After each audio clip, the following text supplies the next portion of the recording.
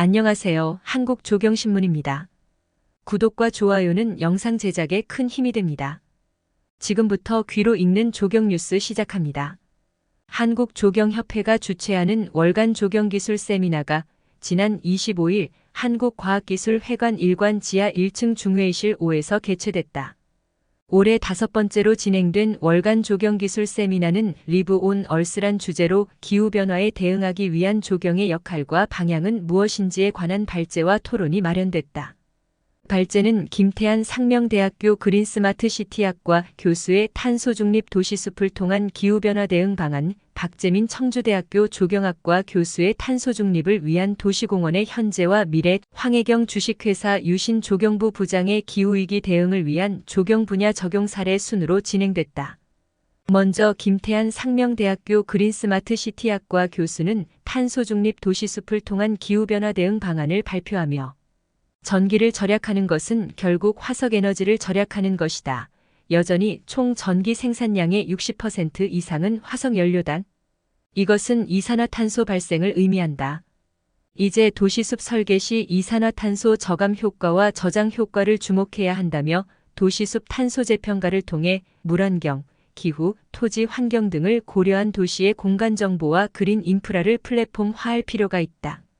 기후나 환경 유형별 시뮬레이션을 통해 열환경, 수환경, 대기 환경별 토지 이용 유형을 적용하는 과학적인 설계 접근이 필요하다고 말했다.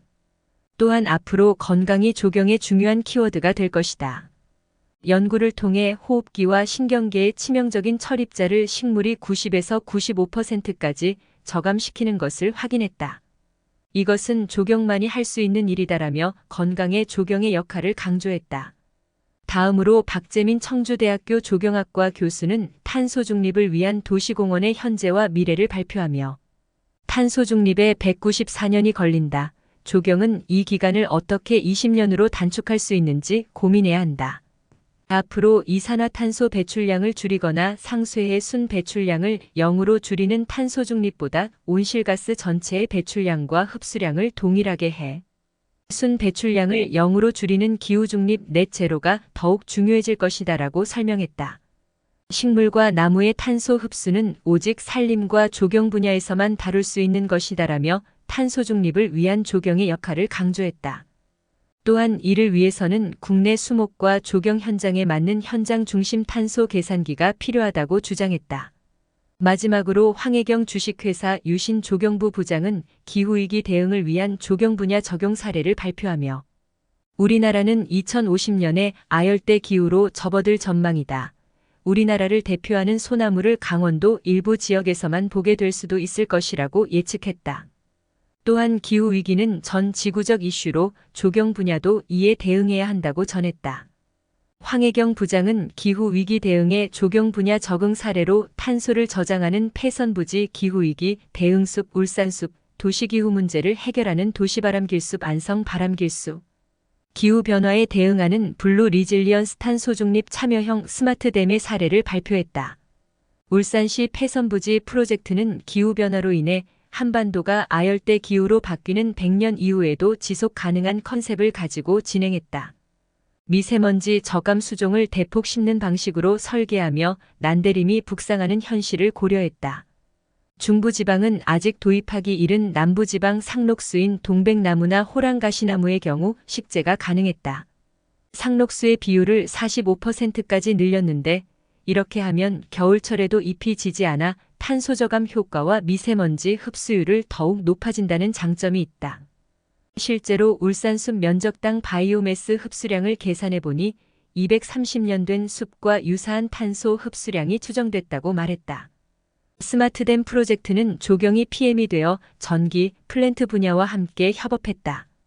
기후변화의 위기 속에 조경은 단순히 공원 설계에서 그치는 것이 아니라 다양한 분야로 업역을 넓힐 수 있는 방향으로 고민해봐야 하는 시점이다라고 강조했다.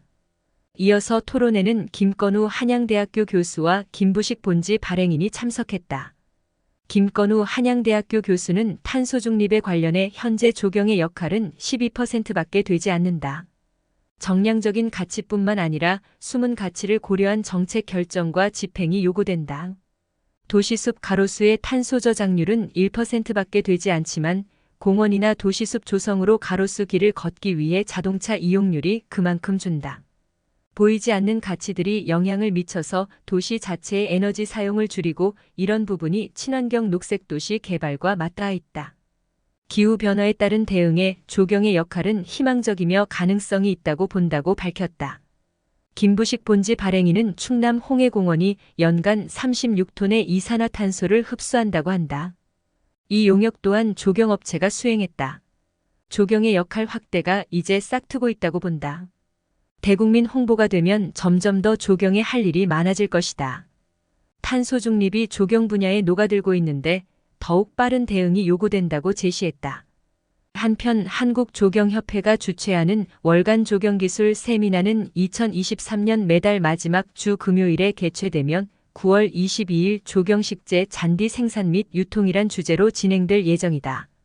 이상 귀로 읽는 조경뉴스 한국조경신문이었습니다. 감사합니다.